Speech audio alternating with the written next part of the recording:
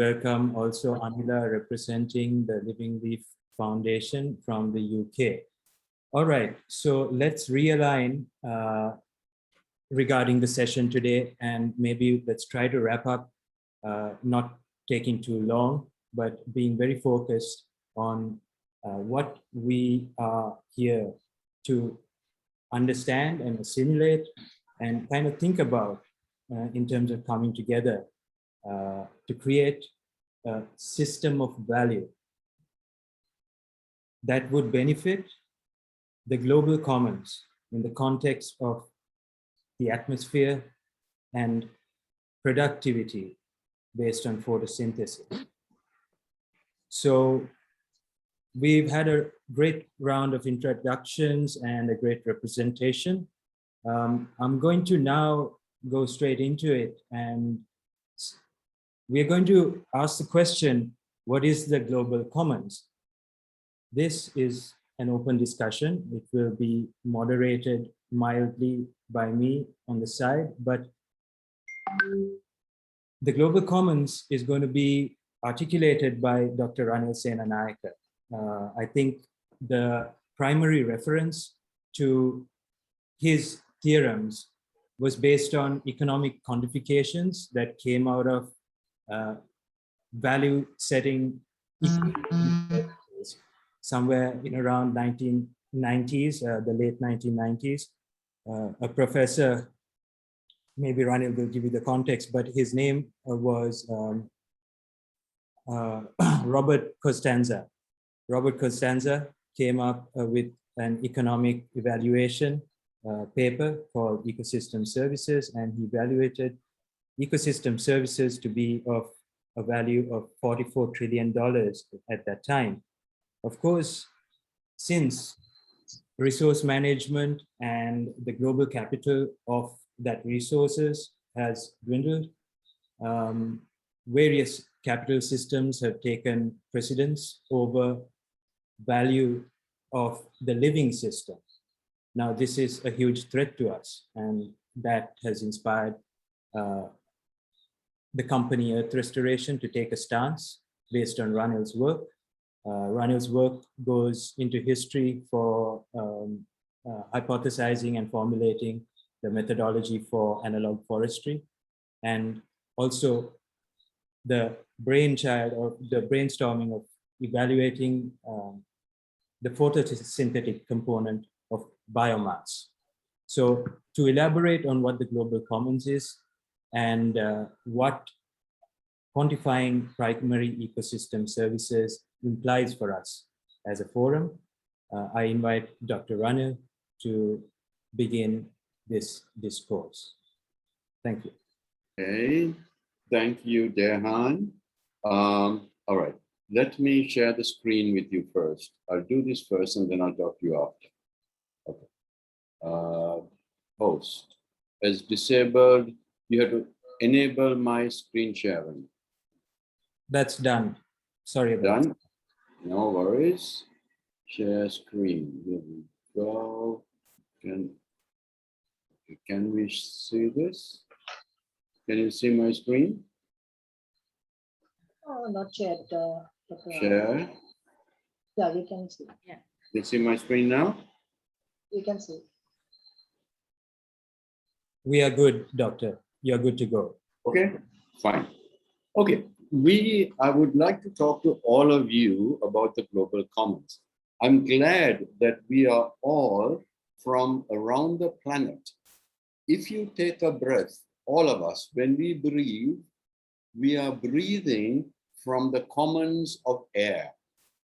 The commons of air is common to me here in Sri Lanka, to Costa Rica, to Europe, all over the world. This is the commons. So let me talk to you first about the commons of air. And in terms of the commons, it has been described, global commons. If you go into the dictionaries, it is what is typically used to describe supranational and global resource domains. Right. And there are many commons, they say, oceans, atmosphere, Antarctic space, cyberspace. In this discussion, I'm going to focus on the commons of air and the commons of water. These are two commons that are critical for life on the planet and something that we can address as a group working in this area.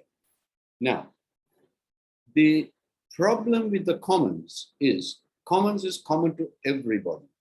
So there has been what has been described as the tragedy of the commons. What is a tragedy? The commons first is available to everybody. Then as more and more users put their sheep on it, it gets crowded and the whole commons gets destroyed. This is the tragedy of the commons. The abuse of something that's of common use to all of us. We all want to use it, but if we don't look after it, it will be destroyed. And this is what is happening to the global commons. Today, we are talking about the global commons of air and the global commons of water.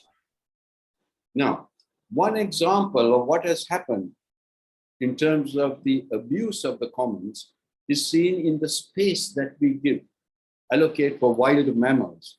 Look at this graph. This is the only space that we afford for wild mammals. Only 4% of the total global mammalian biomass is in wild things. The rest of it all is in us and the things that we eat or process. So this was on the planet. So similarly, let us now start looking at the air. Okay, let me just move down here. Okay, excuse me. The common as currently recognized are independent of political boundaries. We are talking about the atmosphere, the commons of air. This is the layer of gases that is held around the planet. If you look at it, what's comprised of, there's 78% nitrogen, there's 21% oxygen, there's a little bit of carbon dioxide and other gases. Now remember, this oxygen is very important for all of us because it requires 21% of oxygen concentration for you and me and everybody else on this planet to stay alive and healthy. Now, all of this oxygen production happens, everything happens in what's called the troposphere, in this part. This is where life begins to process the ecosystem. What maintains the atmosphere, basically, what maintains the atmosphere, the global commons of air, are the ecosystem services, which is initiated by cycling these gases, nitrogen, oxygen, carbon dioxide, through a specialized component of biomass, which is called photosynthetic biomass. This is the only material that can take solar energy from the sun and tie it into a form that's usable by everything else. And that's what powers the activity of life on this planet. So this is the formula for formation of photosynthesis, and this is primary production. These are the first ecosystem services on the planet, and that is what we have to address. And the photosynthetic biomass, the green matter, which is the site of the primary ecosystem services, increases slowly over time, if undisturbed. If you take a forest and you cut it, bare ground, first the grasses and herbs will grow, slowly the shrubs will grow, then the young forest will grow and a mature forest. And as the leaf biomass increases, so does the volume of primary ecosystem services. Now, on land, photosynthetic biomass is the only production system that maintains a global oxygen cycle in our global commons of air. So on an average, one tree produces about 120 kilograms of oxygen a year. We human beings, we require 750 kilograms of oxygen a year. And all of humanity, about 7 billion tons of oxygen we use for a year. That's us. Now look at what happens in what we do. In what we do, we find that the global total worldwide oil consumption is 93 billion barrels, which averages, when you look at it and see how much oxygen is used just for the worldwide oil consumption that we do, we need the average oxygen output of 221,900,000 trees operating for over 1 year to give us 1 day's consumption of oxygen by industry. Now, these are the things that we have to look at, because we find all of a sudden that oxygen is slowly trying to come down. And if you look at what is burning it, human respiration is this little yellow thing here. It is fossil fuels. The burning of fossil is what is creating a total absorption of the oxygen stocks of this planet. And now, not only are we mining the global commons of atmosphere without responsibility, we are also polluting it. In this graph, you see the carbon dioxide. We are polluting the atmosphere, global commons of carbon dioxide, that's rising up, and the oxygen concentration is coming down. Now, this is something that we have to focus on, and unfortunately, because of the lobbies involved, the international convention systems are still not paying enough attention to what's going on. So that was, in a nutshell, the global commons of air, the atmosphere. Then I would also like to point out the hydrosphere, the global commons of water. The hydrosphere is a total amount of water on the planet, right? That includes all the water that could be on Earth, liquid, as oceans or ice. That's the hydrosphere. Now, the hydrosphere, we require the hydrosphere operating well and cleaning water because all of us living on this planet, for drinking, we require 5,657 billion liters of clean water every year just maintain our drinking. And the clean water is maintained in 2 ways. One is evaporation from water surfaces. And if you look at the planet, as we come to the tropics, that's the zone of evaporation, high evaporation. When we go to the Arctic and the Antarctic and the equatorial tropics, that's where the high precipitation is. This is how water moves. And unless there's evaporation, the water that's in the lakes and rivers, unless there's evaporation, it does not get clean. There's one other process that cleans it, transpiration by the leaves of plants. Transpiration by the leaves of plants, they take soil water that is contaminated to 1 degree or another. They put it through the system of the plant and it transpires out absolutely clean. A large tree, transpires over 50,000 liters per tree, cleaning groundwater. This is a service that all the forests do for us, all the vegetation does for us, and nobody appreciates the value of the cleaning of groundwater by the leaves of plants. And when they do that, there is another aspect that comes out, which is vegetational cooling. Transpiration from plants produces cooling in the ambient environment. One tree gives us about 1,200,000 British thermal units of cooling a day. That's why when you go into a forest, everybody says, my gosh, it's cool here. It's 2, 3, 4 degrees cooler. This is why. Because as you have the trees, as they increase, the cooling factor increases. So that's another service that we have from the leaves of trees, ambient, cooling the ambient environment. Now, since it's the living leaf that produces all these primary ecosystem services, oxygen production, solar energy sequestration, and groundwater cleaning into the global commons. It's a living leaf that does that. But under the current economy, if you look at this picture, under the current economy, only the fruit has value. And that is once you pluck it and send it. It's dead, but it goes into the market. Then it has value.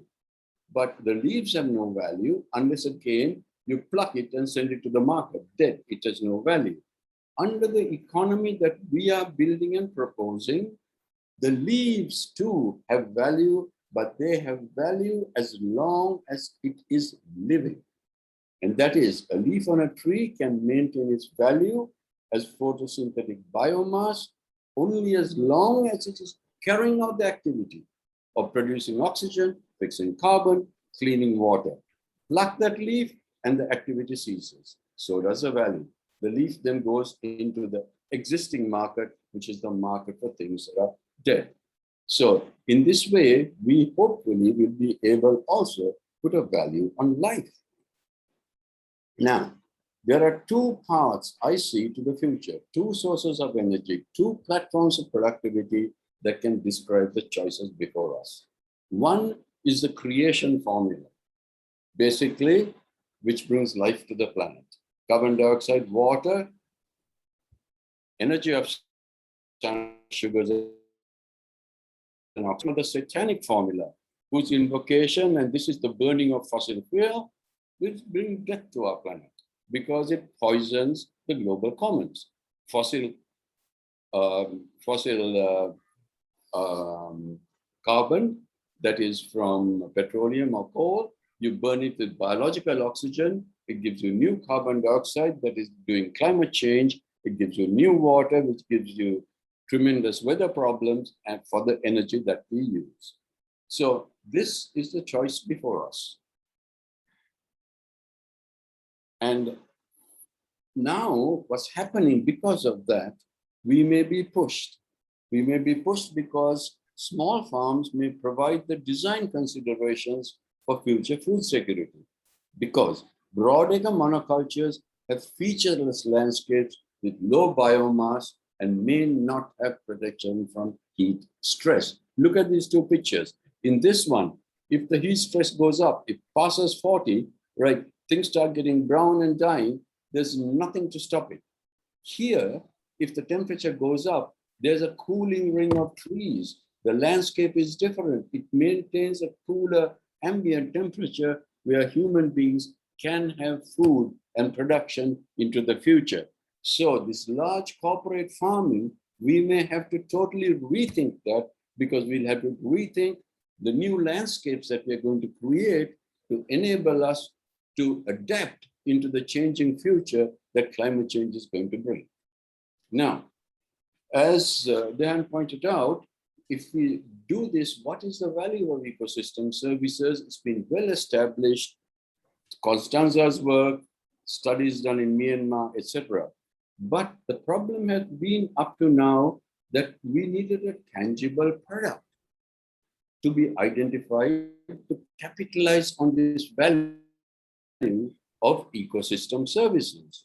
And I'd like to point out that investing in photosynthetic biomass for the production of primary ecosystem services is exactly such a product, because we can weigh it, we can have it recorded in liters or in pounds, we can record the gain over time. And so therefore it is a commodity now that we can now tap this resource with or from. And when we take from the global commons without replacement, it is a negative externality. Putting it back into the commons is a positive externality. Here's two examples. Up to now, the global commons has been subject to total negative externality when starting to look at its value. We needed to breathe. but it's been looked at it as a negative externality. Who's this guy? Elon Musk says, I can send my rockets into space because oxygen is free. I mean, you're burning oxygen, put it back. But unfortunately, nobody wants to put it back. Now we are saying we must look at it as a positive externality, because when consuming or producing good causes a benefit to a third party, this is to the global commons, this is to all of us, then our movement into creating value for primary ecosystems is a positive externality. And then finally, all the activity of taking out or putting back into the global commons has a value. Today, it's only the taking out that is recorded in the economic exchanges. You go to the gas industry exchange, etc., they are saying how many billions of dollars of trade they're doing, but they're pulling the oxygen out from the air, not paying a penny for the replacement, at least plant some ready trees or also put it back. Okay. So therefore, today, it's only the value of taking out that's recorded. The global common exchange, which we are proposing, will hopefully begin to record the positive externality value of what has been put back through private enterprise. Now, for all of you, Earth Restoration is demonstrating everything they have done in the spirit of openness. Hopefully, the ideas and the knowledge and everything we have is for anybody who wants to enter this arena. Because this is not for one company or one person or a small group. It is the whole world has to be aware. The whole world has to be made aware of the potential that the rural areas have of creating PES, primary ecosystem services, that will enable humanity to live in a comfortable manner, but will also then pay the rural communities for creating more primary ecosystem. So we hope that we can create an economy that will recognize and reward the landholders for working towards increasing the PES output from their land. And then we want to ensure the transaction record of the PES units of each landholder contract will be recorded in an encrypted, will be recorded in an encrypted blockchain system. So this is what we would like to propose. Dehan will follow me and show you what we have done at Earth Restoration. We are the first company on the planet to put back, to have a positive externality value into the global commons. Up to now, we've been taking from the global commons. We'd like this company that Dehan is talking about to be a leading example, but I'd like 1,000 more companies like that to emerge, because the space is there. And if we work as a group, building up our knowledge, building up our capacity, I think we could make a difference, I hope. And if anybody has questions, I'll be happy to deal with that after Dehan does his presentation. Thank you.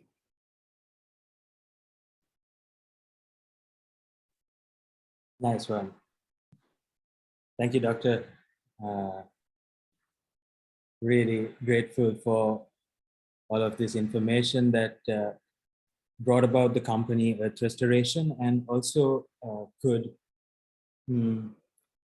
invite all of our participation over the last few years as a formative group talking about primary ecosystem services. So really happy to have all your participation once again. I will share that slide presentation with you, and I'm just going to go over the agenda really fast. Where we are at right now is we should be going over the company Earth Restoration, its ground models. And what I've done is I'm going to, the main premise of this is that we evolve and we develop what has been grounded. The company EarthRestoration is very clear and it's open in implementations. We have communities of people, rural people, who are looking after 3 units.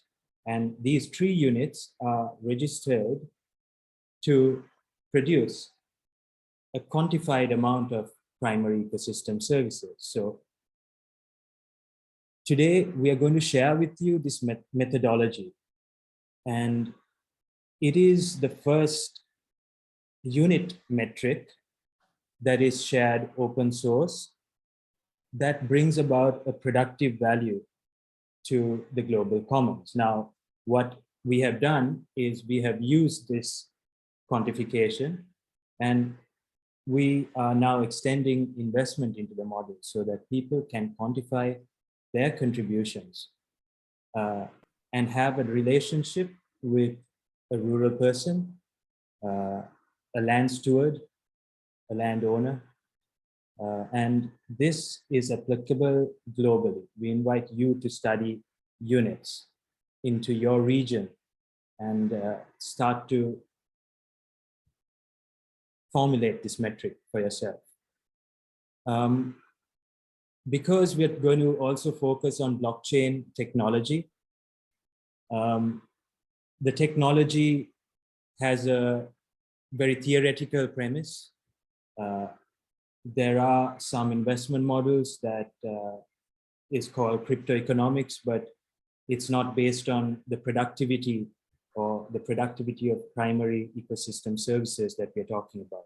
So I believe that the economics we are talking about, our forum, has untold value, far greater value than what is already traded on the current market. So we have the opportunity as a forum to identify these values, to come together to create this unit scale and begin a process.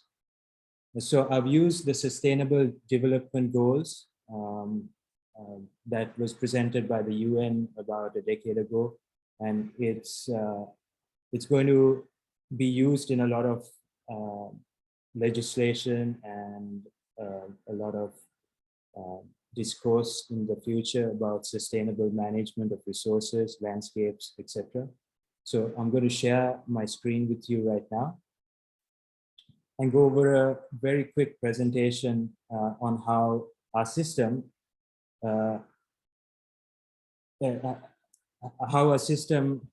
is evaluated against or comes about when it is evaluated against the Sustainable Development Goals. So really fast, this is what is going on with our company.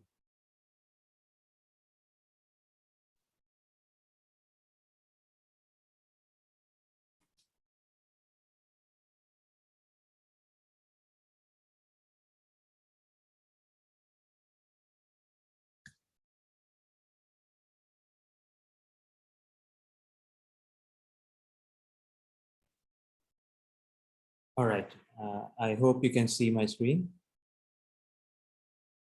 Not yet.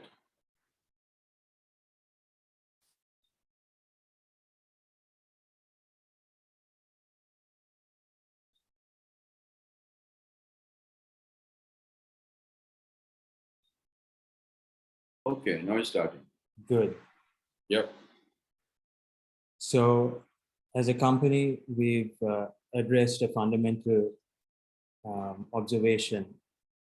And the observation is that the atmosphere is degrading itself due to a lack of consideration and human consumption. So we are aware that there's a great difference in the pools of these global commons resources, cyclic atmospheric gases, carbon dioxide, oxygen, etc.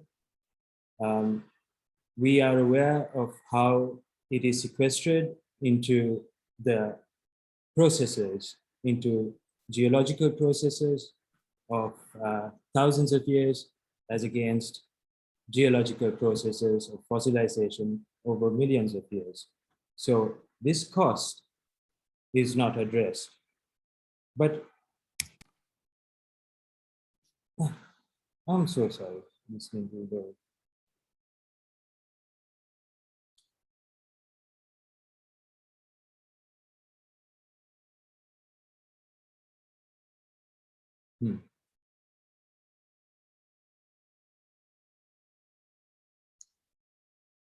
Okay, let me do it this way.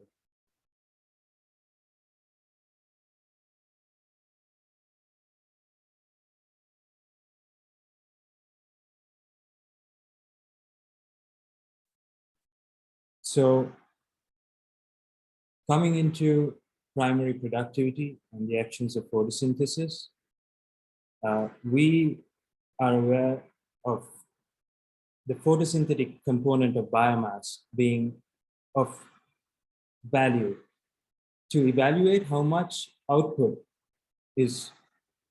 comes of this process. So the weight of photosynthetic biomass becomes a unique metric in our system. It produces oxygen, it cleans groundwater, and it captures carbon over time. The history of this whole process comes from analog forestry, founded and created by Dr. Ranil also. The process of forest maturity and the observations of how much accumulation of this photosynthetic component of biomass and how it aids in a mature ecosystem could be then recognized. But today, we are talking about the global commons of air, not just forests on terrestrial land. We're talking about a whole atmosphere that is compromised. So in our processes, in our methodology, primary ecosystem services are verifiable using the photosynthetic component of biomass. So we have 3 units and how much is measured.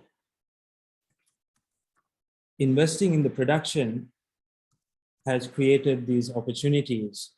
It has created the opportunities for research. I shared some research with this forum earlier, which was done in Myanmar. It has come about as landscape development because we're talking about grids now that are identifying units on landscapes that are contractually producing primary ecosystem services. Now, here's the opportunity of that grid to quantify these primary ecosystem services, creating tangible transaction opportunity. That is what this forum is about. If we can come together to identify a unit metric and say, okay, this is the way we can evaluate forests and this scape of productivity, I think we have a chance to mitigate a lot of the negative, the externalities that Ranil was talking about.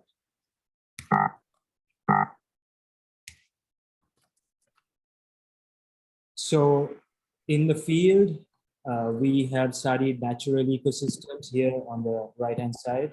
We are in a mangrove ecosystem. The paper I shared with you has studied the value of some of these tree species in terms of the component of photosynthetic productivity. And here on the left-hand side is a home garden in Sri Lanka, close to the analog forest, where it is being evaluated for these tree units that have been grown over the last 3 years by the landowner. So this is a field agent and he goes, we measure certain ratios, we measure the photosynthetic component of biomass, and we evaluate it into the earth restoration economy, which comes to transacting fiat capital into biocurrency. Now, this is a profound proof of work concept. If you're talking about integrating blockchain, and if you're talking about securing investors into building this capital, this green capital. So as the trees and the canopies and this grows, we're talking about payback to the farmer in terms of photosynthetic biomass. So a unit equates to a certain amount of money being transacted to prove that this unit is alive and producing primary ecosystem services. The application for blockchain comes in with in a multifaceted dimension with smart contracts, annual monitorings and lockings of the weight of specific species. Now, we invite the world to participate in this way by unlocking the value of tree growth and tree care using units, the unit metric that can convert fiat capital for tree care into biocurrency that is based on primary ecosystem services.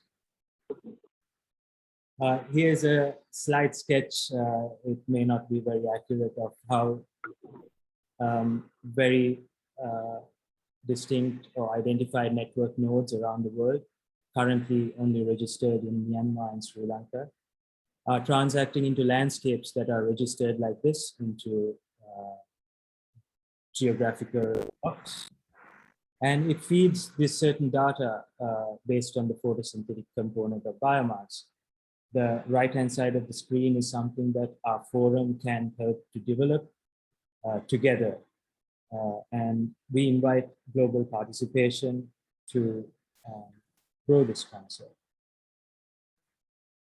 There was some query about how integral the system is towards socio-economic and ecological standards as identified by the Sustainable Development Goals. So it was a very quick step to put this together, how we address no poverty, zero hunger, good health, quality education, and gender equality through payment for primary ecosystem services. Jean, could you maybe mute the person who is on the WhatsApp call because he's... Let me see what's happening. Let's see who's on the WhatsApp call. Okay, mute. Just the phone number, 15309455526. Yeah, thank you. All right. Thank you very much. So evaluating the Sustainable Development Goals, just the payment for primary ecosystem services component kind of meets all these goals. 6 and 7 comes in through the processes of primary ecosystem services, cleaning groundwater and affording it back into the global commons, transpirated through the leaf. It becomes a resource that is useful according to the metric that was presented earlier, Dr. Ranil. Number 8, decent work and economic growth. Our models are serviced by stakeholders who are rural farmers, rural landowners. It can be low-income landowners. It can be forest farmers. So it depends on how you want to design. Here, based in around the analog forest, it's about forest farmers, and more so here in the northern parts of Sri Lanka, it's about supporting gender equality. Now, here's the interesting part, I think, about today, where we integrate industry innovation and infrastructures to derive new values of use to humanity. We are talking about futures that are secure for transacting wealth so that these ecosystems are sustained. So your transaction history, various elements of these, your contributions are made secure through blockchain and various IT technologies. We'll be going over that later. We meet all of these goals in some context. It's all on our website, and I'm not going to go over all of this, but here is the premise of Earth restoration, that it is concerned with the global commons, and we have a unique metric that can assist in contributing or evaluating our contributions to the global commons of air, water, and various other scapes that our forum can identify. So we invite you to participate, and that is about my presentation. So I'm going to stop this screen share right now and welcome myself back to all your beautiful faces. And we will discuss what has been shared in the context of how you have assimilated this. But before that, I invite Ellison Group, friends, Milan, to describe the capacity of his company to design blockchain systems that can secure primary ecosystem services transactions. Thank you. Super. So shall I share my screen? Sure. I think that's allowed. Yes. Can you see the screen? Yes. Thank you. Okay. Azin Agro offers smart agronomic solutions to increase the crop yield and help farmers to quickly respond to any significant change in soil and weather. We are currently working on soil, weather, and crop monitoring. We use Internet of Things, artificial intelligence, blockchain, neural network, and other digital technologies to provide our services. The soil moisture monitoring system can realize all weather continuous monitoring. The field remote monitoring equipment automatically collects the real-time data of soil moisture and uses GPRS wireless network to realize the data, remote, and transmission. This device of ours consists of solar radiation sensor, temperature and relative humidity sensor, wind speed and direction sensor. For each irrigation area, we install LoRa water meter. Automatic meter reading is used to show water consumption, and the water consumption can be recorded and counted according to different crops and different areas without time.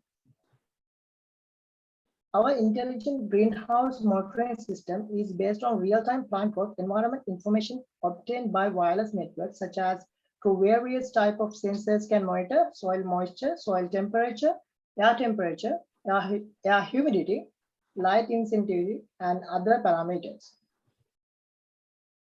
A typical food supply chain has the following steps, and in case any of these steps are not handled properly or compromised, then the whole supply chain will fall, and which can damage the faith of consumers of food and company, and consequences can be fatal.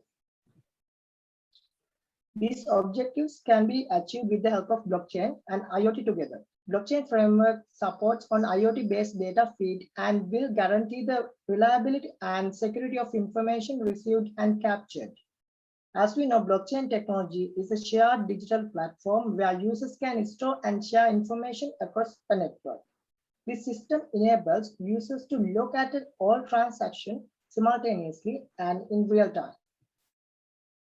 For food security, we can provide biometric data, collect and record data, provide real-time data, more accurate picture, and ensure the products. We can provide blockchain for food safety because improved traceability of food regarding its safety and transparency, recording information about food products at every stage of supply chain allows to ensure good hygienic conditions, identify contaminated products, frauds, and risks early as possible.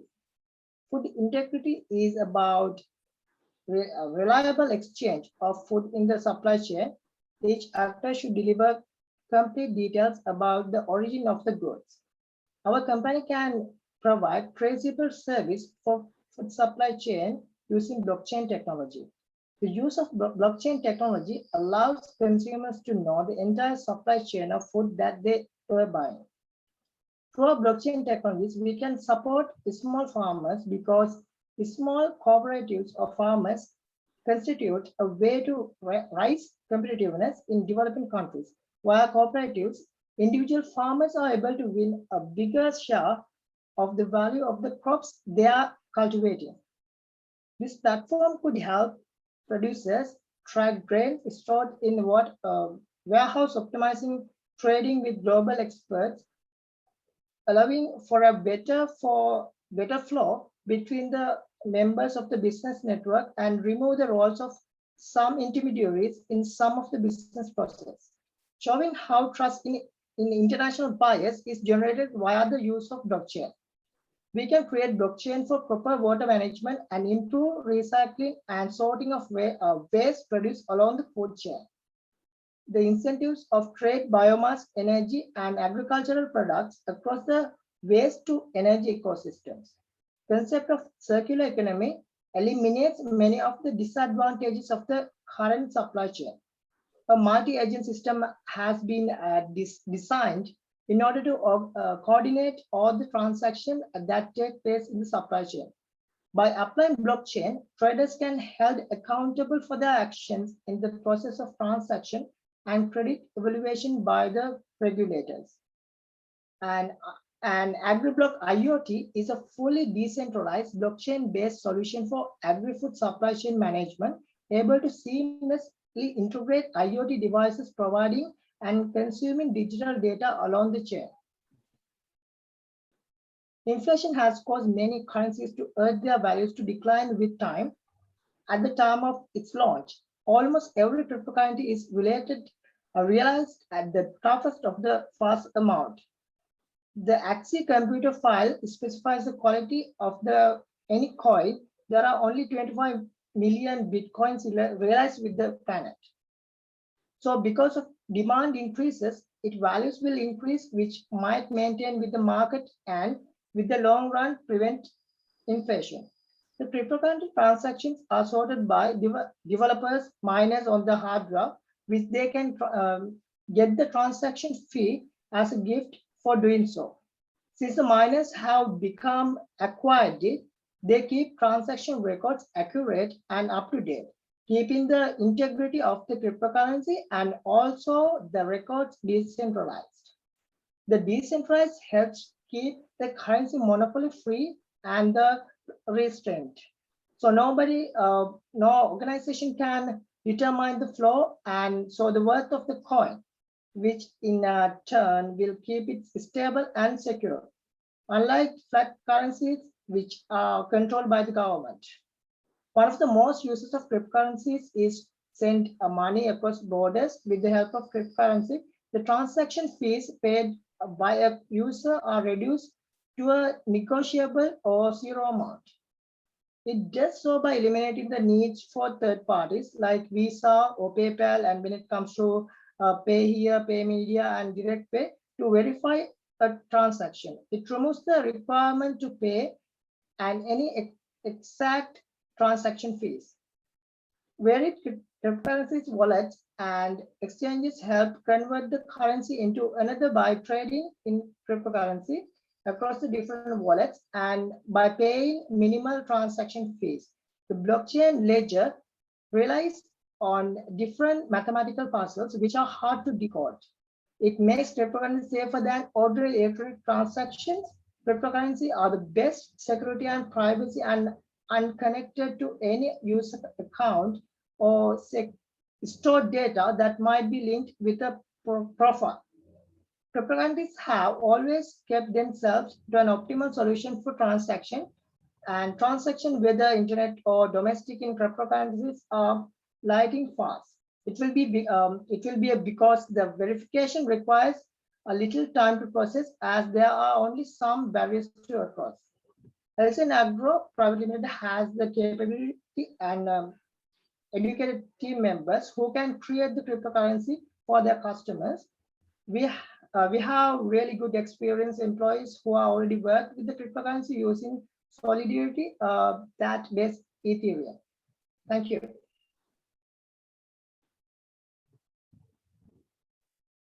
Very cool. Wow, that's some capacity. So anyway, I'm going to be reaching out to you guys, Ilan, and we are going to talk about developing some sequences to secure some of our blocks together. And this kind of brings us to this forum today. We invite the participants to go over our methodology and start to now use this unit metric. And the premise of this should be to identify between, as Ranil pointed out, the science and segregation of the markets based on photosynthesis and then biosynthesis. There are aspects that we can kind of harmonize together on this, and it brings us to the point on our agenda today, okay, which is now to manage the objectives of this forum, the Global Commons Exchange. There are some foundations around the world that we are associated with, such as Worldview International, Living Live Foundation, a few others. And we are also registered as network nodes around the world. But the Global Commons Exchange is about everyone's participation. And what I would suggest, Dr. Ranil, you can just interject here at this formative point. And all of us also now, we are in an open discussion here, moderating the conceptualization and maybe the incorporation or the instigation of this Global Commons Exchange. Yeah, Dan, can I? Yeah, thank you.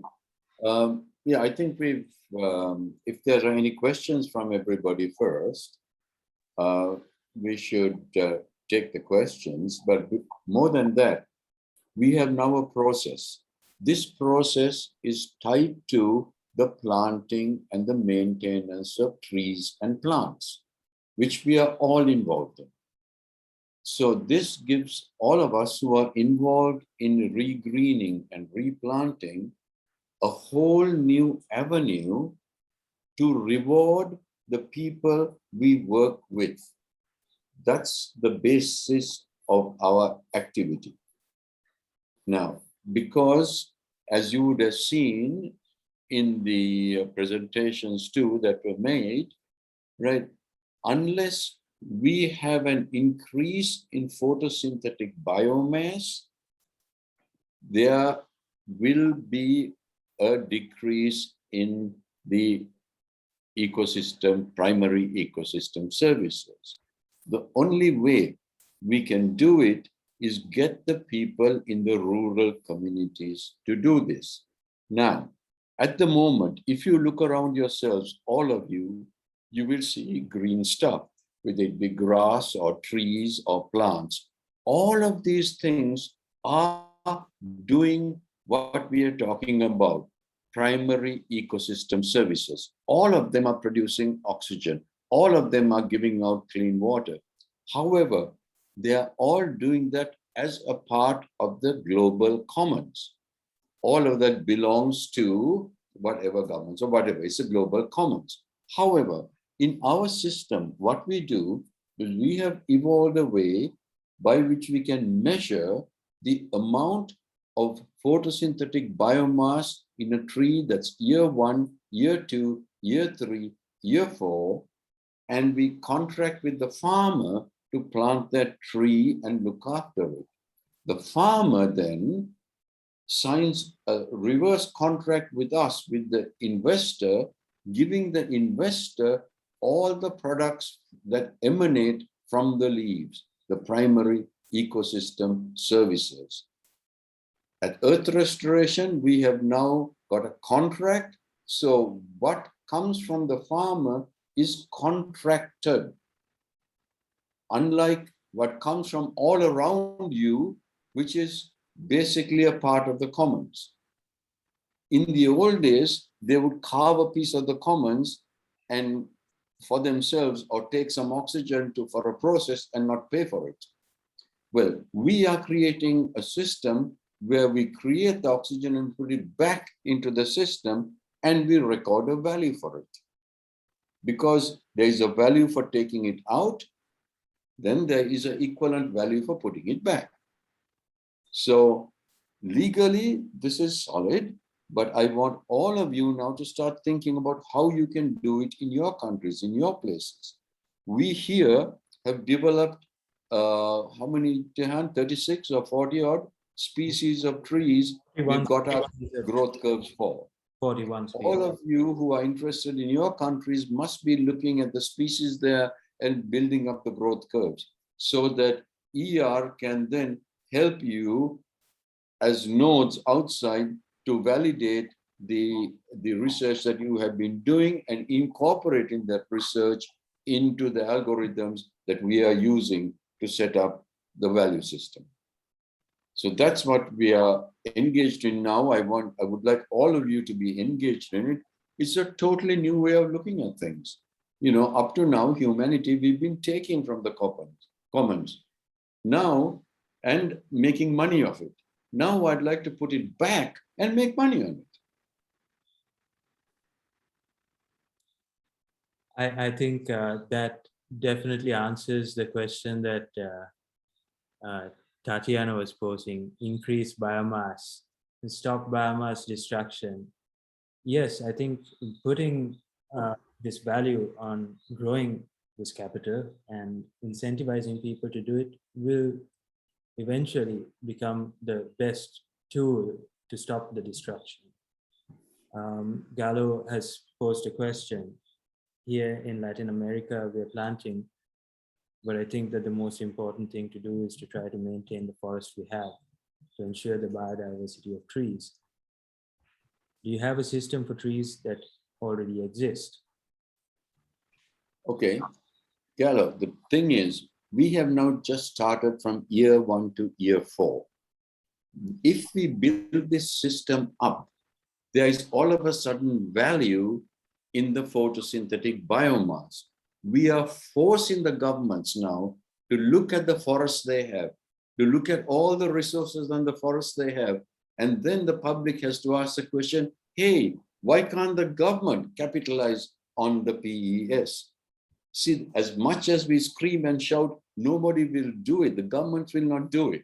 If we do it as a private company, as we are doing now, and demonstrating the value, demonstrating that a market really exists, and we start creating an exchange for this market internationally, the governments cannot ignore the fact that they are holding on to this huge wealth as long as they don't remove the biomass that they have on their nations. So this, for us, this is the tip of the spear.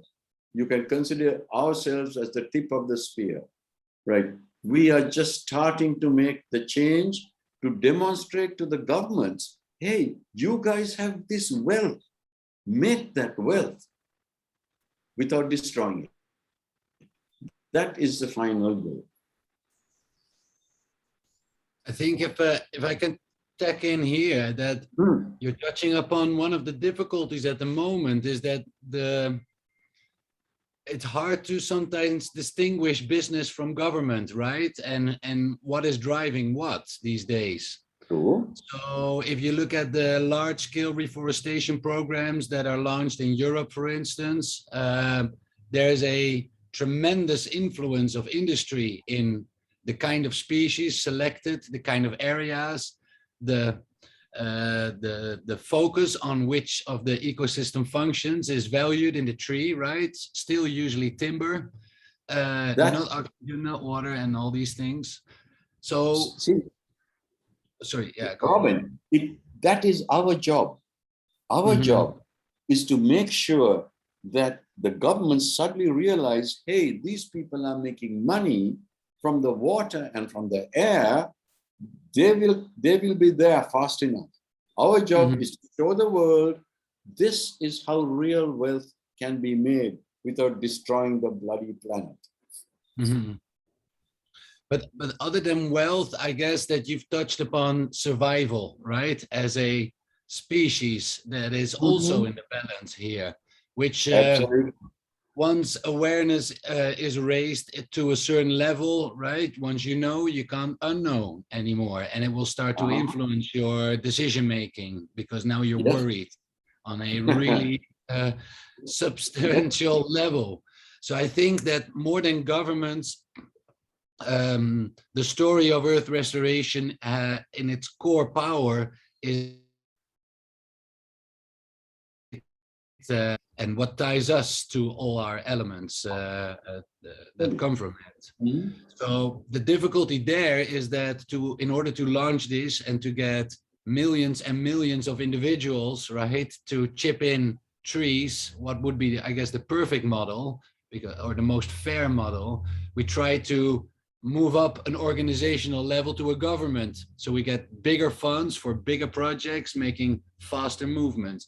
And somewhere here, there's a balance to find, I believe, right? Because of what I said. I'm not sure if all governments are open. Well, let me also tell you something. Now the COP is coming, etc., etc. What we are finding out in our work is that it is the small farms that are going to be the saviors of food security into the future because of the temperature. All right. Now the small farmers need an incentive to have a large amount of photosynthetic biomass. Okay. Now, if that is the incentive we are trying to create, because we know we need the small farmers need an incentive. Photosynthetic biomass and primary ecosystems is what they are promising the world that will save their food production. But to get the capital, to get them going to create that huge network of green, they need to be paid. Yes. This is the way. I think we should be thinking about design in this context. And of course, design comes in units and a metric that a scale effect on our objectives on the ground, whether it's conservation, whether it's socioeconomic, or whether it is towards the establishment of a new currency. So whatever the design is and whatever the unit is where you have a strength. I think the metric here is based on photosynthetic biomass, and that's what's open source today to the world through our company and through Ranu's work. And here is a premise where you can bring in design by forming your metric of unit. And we encourage you to study the metric that we have proposed so that you can study species that are useful to the context of climate change, to the context of rural development, food security, or conservation. And that is up to, I think we're working broadly in different ecosystems and ecosystem restoration projects. So there is new scope, and I don't know about the funding and about governments. Maybe we as the forum could have strengths where some of us are able to address this better than others. So again, coming back to the context of today's discussion, should we represent our individual selves as companies into the formation of a panel that has identified photosynthesis as the main driver of primary ecosystem services on the planet. And this identifies a unit metric of contributions against consumptions. And this has broad application in many levels of many levels of innovation and technological development, which we have also chatted about today. And how do you propose now that we look at this?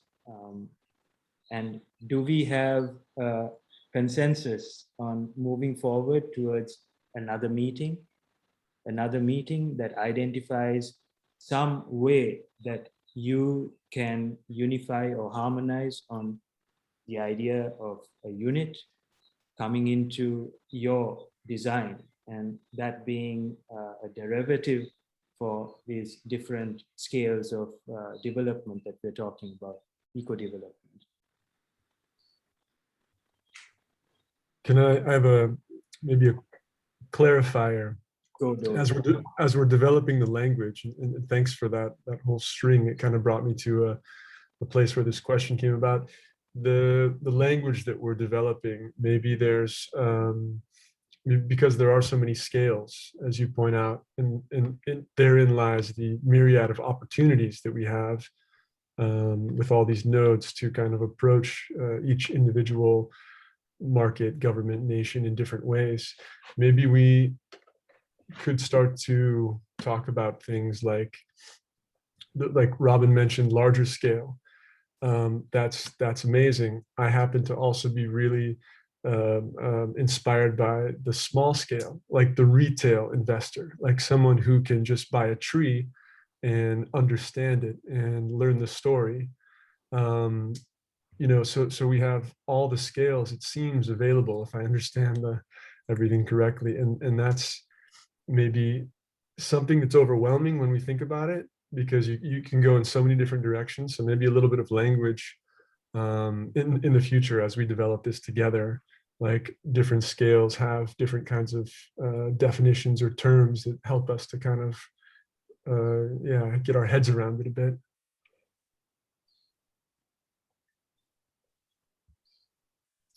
You're on mute. And the first scale is a unit. Let's take a mango tree. In the first year, produces 16 grams of photosynthetic biomass. So we can quantify it in this way. There are very, very new technologies that we're looking at into quantifying these, the leaf surface area of a forest. We're using different technologies. I think there are different capacities around the world to do this. But the premise of funding our design and creating the global commons exchange to quantify now contracted primary ecosystem services.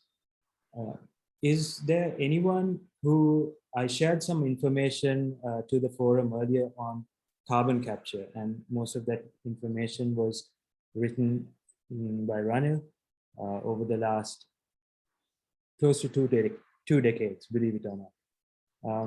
So close to 2 decades, he's been writing about the cyclic atmospheric gases and the capture of carbon. And about 5 years ago, he called cheat on it.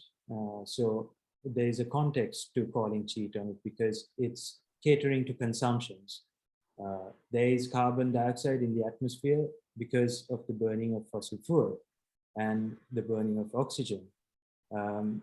So this is not, the capture of that is not actually assisting in the demise of the degradation of the commons that we're talking about. And quantifying our scales of production is going to be a great example to the world. And we're really glad. Titania has asked a question. Oh. Yeah. Right. Very increasing biomass showcased of biomass. Right. If possible to consider it. That's the thing. Right. The trees are more than 500 years old. Yeah. Well, the thing is, we can't do trees at the moment. We do not have the data to take us beyond year 4. Because our company is the first company or the first group on the planet to invest in getting these growth curves out. You can go to any university anywhere and ask the people, what is the weight of the leaves of this species of tree when it's 1 year old? They'll look at you blankly. They'll say, well, it'll go 1 meter or whatever, right? This is common sense, but the data does not exist. So we had to go out and collect the data, which we have done over the last 3.5 years. Now, we see the extension coming up to go on to past year 4. But this is another huge area of research. We're talking to universities, etc. So we are starting a process, and we are now inviting people to come in and start looking at remote sensing the amount of photosynthetic biomass there is. The problem is this: it is not contracted. The owner has not contracted the photosynthetic biomass.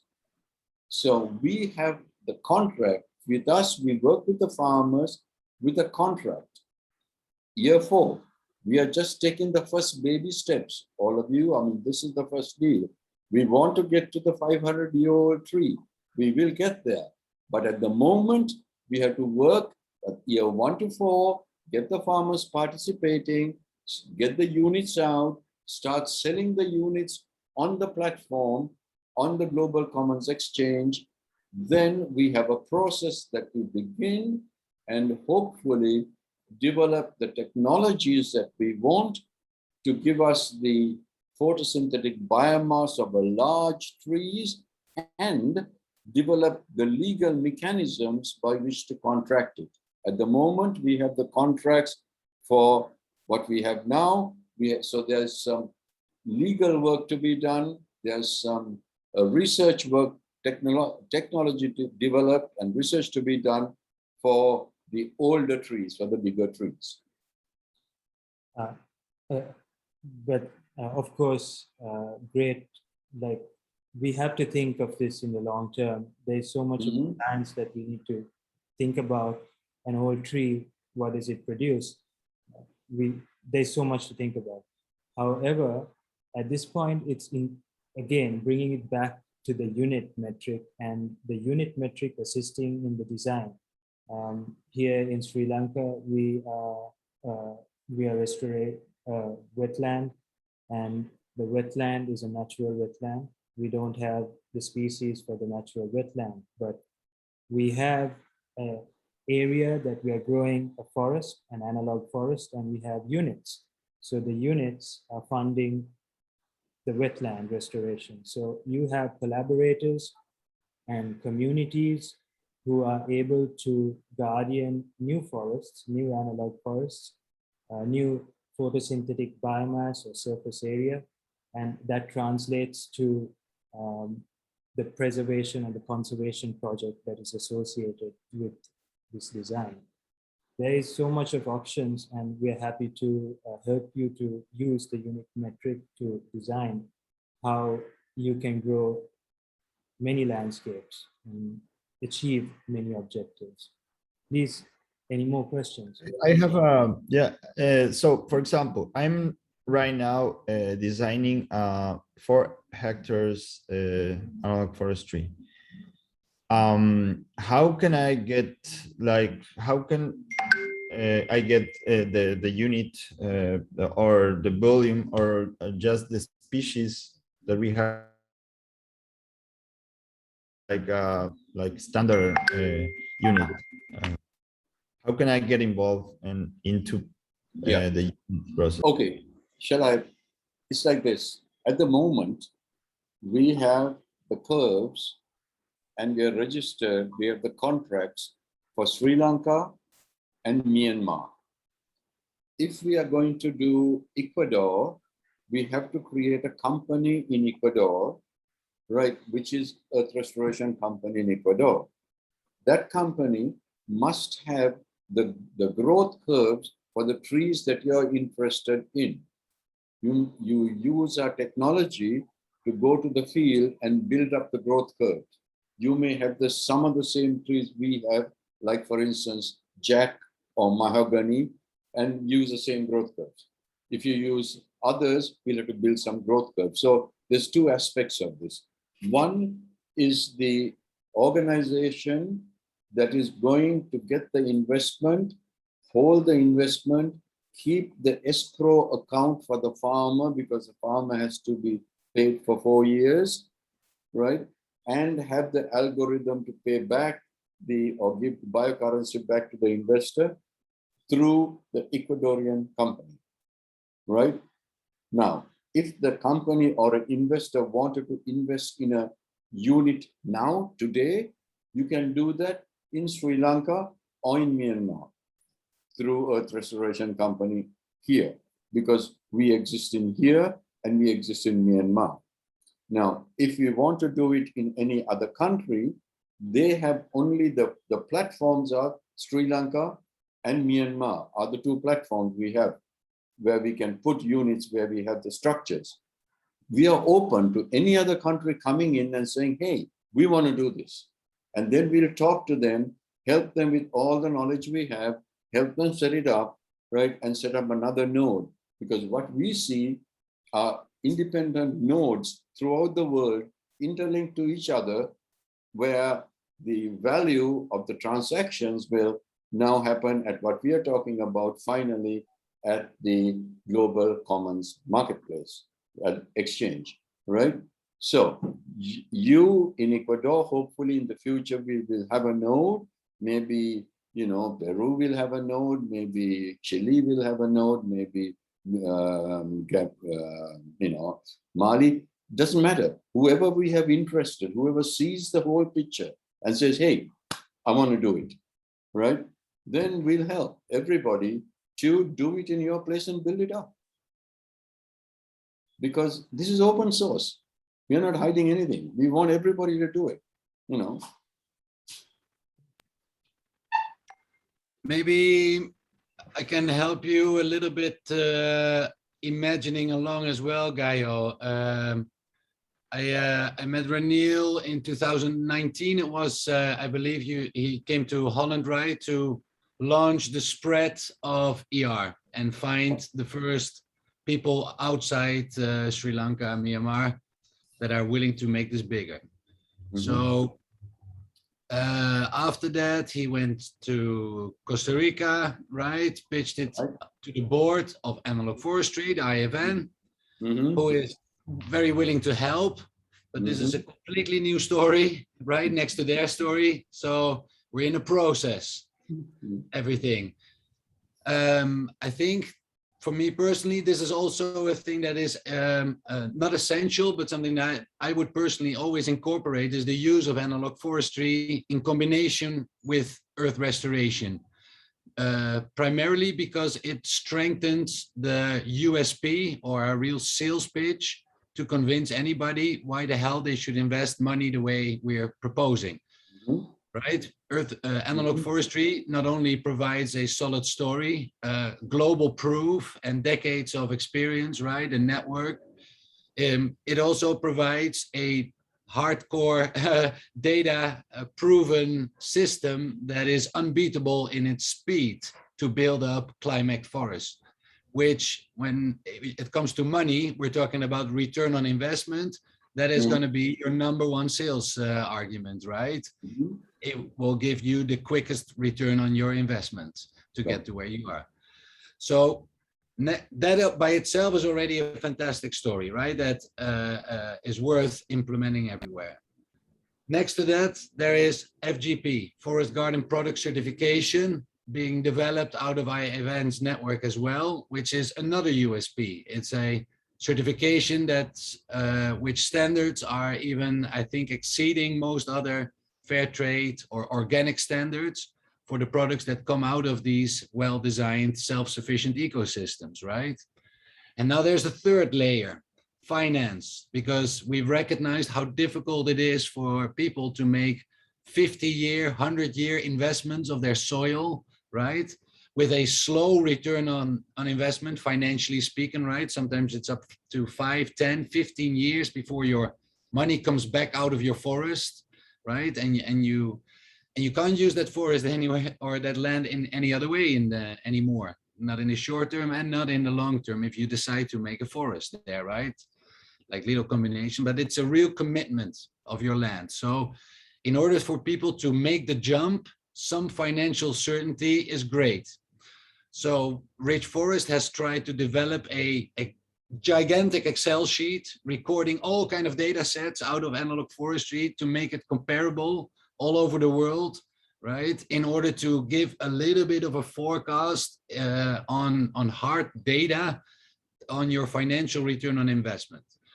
But the difficulty is this data needs to be crowdsourced, which means that everybody needs to enter the same fields of data, which is, I don't know, more than 1,000, I think you can enter, which is way too much. So this data got scattered and is hard to link to each other to make real conclusive statements about analog forestry and its financial return on investment.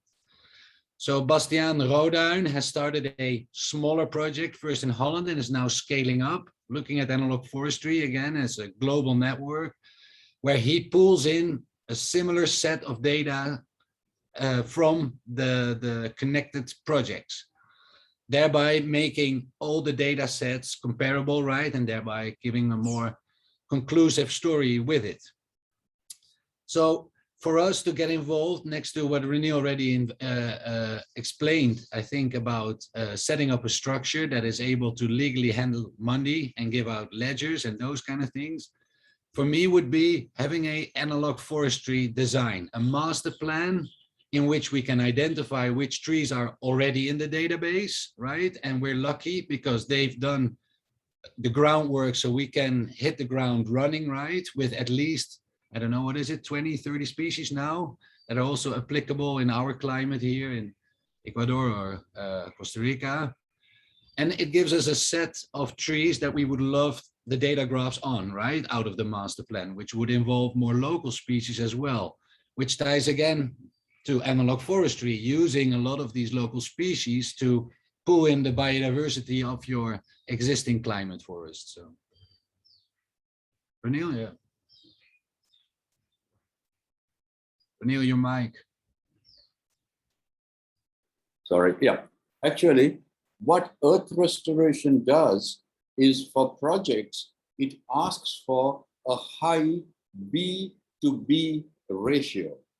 A high B to B ratio is high biomass to biodiversity. If your biomass increases, your biodiversity must increase. So this is analog forestry. We've now condensed it to the statement of requiring a high B to B ratio, and we always say we prefer an analog forestry treatment. Now, the other point is this, since I did analog forestry also, right? When I did analog forestry, it was to create microhabitat for biodiversity.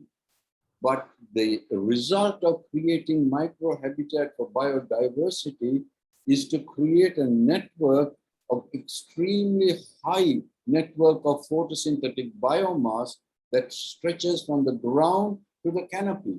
So you have the largest potential production of primary ecosystem services is from an analog forest, or first a natural forest, but in anthropogenic system, analog forest. But these, we can't slap the world with everything. We have piece by piece. We know everybody in the world, hey, look, this is the way out. We are all in a hell of a mess, right? Here's one of the ways that we can help farmers, help rural people, A, get out of the economic mess they're in, B, bring sustainability onto the lands that they're managing and looking after. Yeah, I think there is a point to integrate here with what Robin is saying and what Ranil is saying. There is this contractual standard that we need to define as a smart contract, and that brings about some responsibility as a company who can, stand behind these smart contracts, a periodic systematic methodology, that has IT application. And I'm just going to quickly share my screen for 2 minutes and just go over a very basic ecological evaluation that we do at all of our landscapes in our system, which is, so here is the contract for evaluating primary ecosystem services. This is in a home garden context where there's a high B2B ratio. So the landowners, being the leader owners, agree to enter the LifeForce program, where we plant and look after the following trees.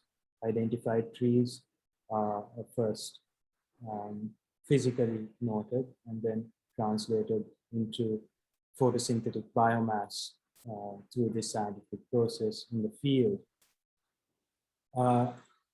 There will be a single representative organization, community, or individual for the payback. So these are the kind of blocks that we'll need to develop IT into, so that we are being responsible by the succession of our designs, at least in terms of production and quantification of these primary ecosystem services into the global commons exchange.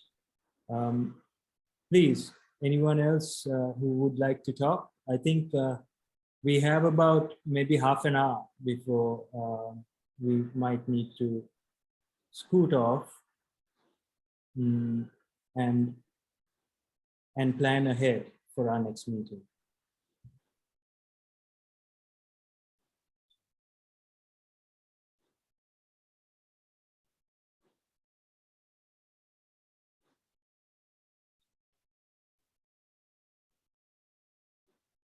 If there is no one else who's going to well, Jehan, what are the next steps we're going to do? Because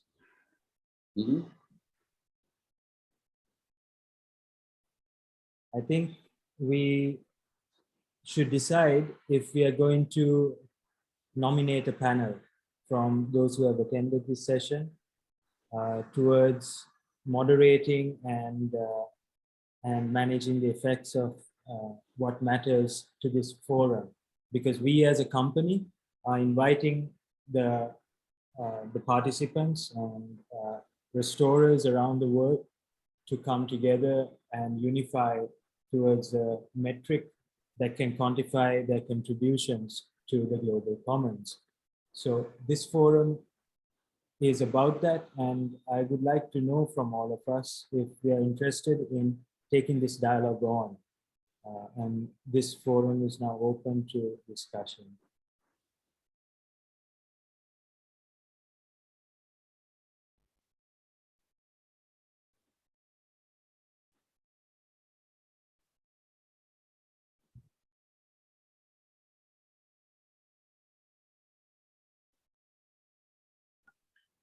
Oh, Doreen, in response to your question, most of the plants that we work, the trees and things that we work with the farmers are crop plants, because we understand that for a farmer, the biggest investment of time and money and energy is raised in looking after that plant for 4 years. At the end of the 4 years, they're getting a crop. Once they're getting a crop, they're not going to cut it down, right? They're getting another source of income into their farm. Now that's one aspect of it. Another aspect we are working on is high value luxury timber species. After 4 to 5 years, you've established a high value timber plant, which is now bankable because, you know, it has a stem diameter saying now this is going to be so again, there is an incentive for the farmer not to cut it, but to wait for maturity. So these are the techniques that we use to ensure that after the 4 years, the farmers will maintain their trees. However, now when the group comes together, I want the central group who's coming together to talk about what we do after 4 years. because the real wealth, the real value is there. But that's something we have to talk about as a group. There's a whole area of wealth to be made or created. Just Right. come to Yeah, that. sure. That's another discussion. And I'd like to have the people who are interested, come together again, and we'll have that discussion and guide it on. I think getting our system kind of secure and robust is a primary concern of EarthRestoration, the company, and that's that is our extent to all of you. We are transparent in how we have rounded the models, and we would like to On the question on how best to select which tree species to initially measure for PES, it is the tree species that is most favored by the farmers or the practitioners of analog forestry in that area. It's the trees that they want, that is most favored by them, that we should go in and develop the PES measures for first.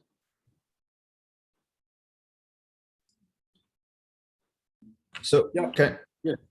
can we do for example a short period project, maybe the ones that we want to engage more into this PES and unit measures, selecting the 3 or 5 trees that are most willing to plant in the 2 projects I am, and then we can follow by that and building up more data of trees and stuff from all around the world.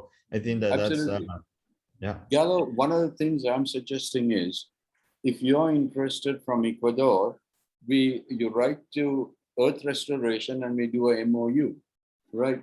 You agree to collect certain amounts of data in Ecuador, and we agree to give you data that we have in Sri Lanka for some of the species that you may already have there. That way, we can facilitate and help you build up your database until you're comfortable enough to say, okay, now I'm ready to go and do this here. This is company to company, but I think Global Commons Exchange is about many people come together and identifying how they can implement this strategy. So if we are going to move forward together, we need to address some fundamental concerns about where we stand, and if we understand that primary ecosystem services, it identifies a whole new potential for developing wealth and capital that is concerned with atmospheric well-being. So I would like to take this opportunity to say that I'm going to forward the minutes of this meeting, and I'm going to identify the forum that was here as individuals representing their practices of restoration, and their presence here is to identify and be informed about this new scope for global commons exchange based on primary trade, based on primary ecosystem services. So we'll all respond to that in our own time, and based on those responses, we will also schedule the next meeting. You're welcome to meet, you're welcome to invite others into this forum, and also engage with any one of us on the email individually or as a group. The forum is still open. We have Mr. Brian Hill, who has joined us from the USA. I think he was around. And then he disappeared, and always seems to be harvesting. Is asking again how best to select which tree species to initially measure for PES in the temperate rainforests of South USA. Yes, thank you, Dayan. I believe that Dr. Ranil addressed that with broad strokes. Yeah.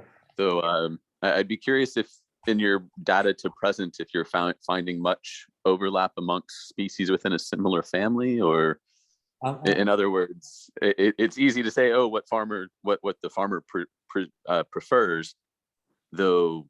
I mean, in my nursery, that's 50 plus. So here's the easily strategy that we went with when we first started to collect data. Of course, the resource center at Bedipura was really helpful, and there were university students, field students who were prepared to do the work. We selected the home garden model, the village model, where there was high B2B ratios, very similar to analog forest structure. And then we selected the 5 most abundant tree species and asked people about them. So species like tuna, cedrela, mango, avocado, those were very visibly present through the landscape. And we asked people about these trees, and their feedback on this was that these trees are valuable to them. They provide food or shelter or wood or some such value scale that they could see. Species like tuna, cedrela, they would nurture for 15 to 20 years before they harvest.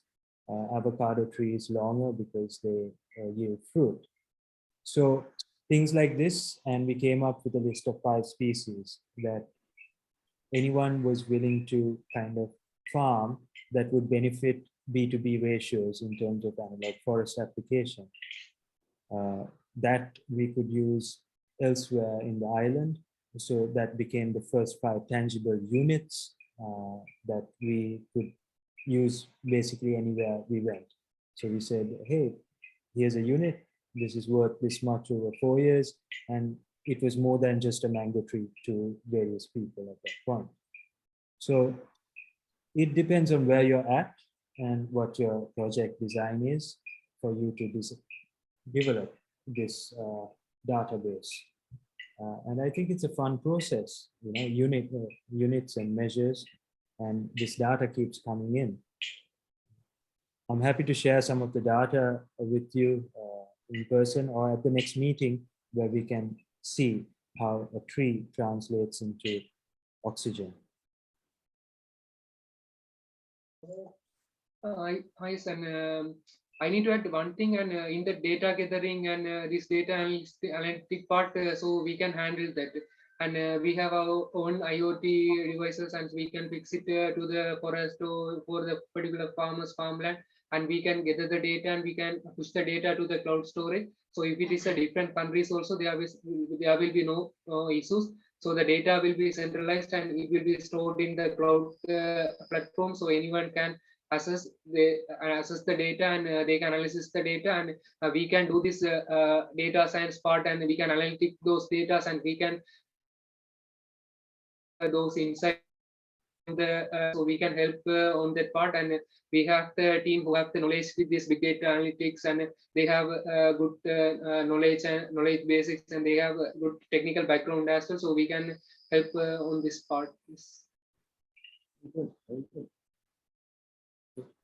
I'm excited to work with this crew. Excellent. Very good. Yes.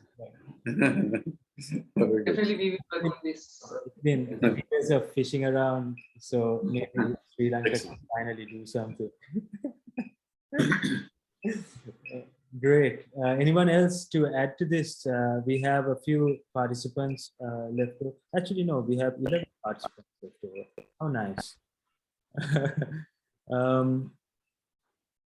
Anyone else has any questions for Ranil regarding ecosystem services, the segregation of ecosystem services as the products of photosynthesis and biosynthesis, about earth restoration processes, units, how we study them, and when we should plan for our next meeting and what this implies.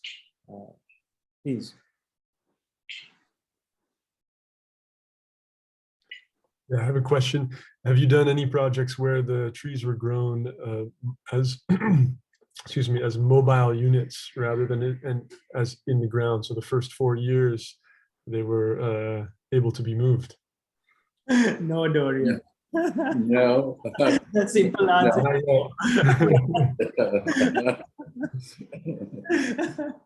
Ranil was about to go deep into that.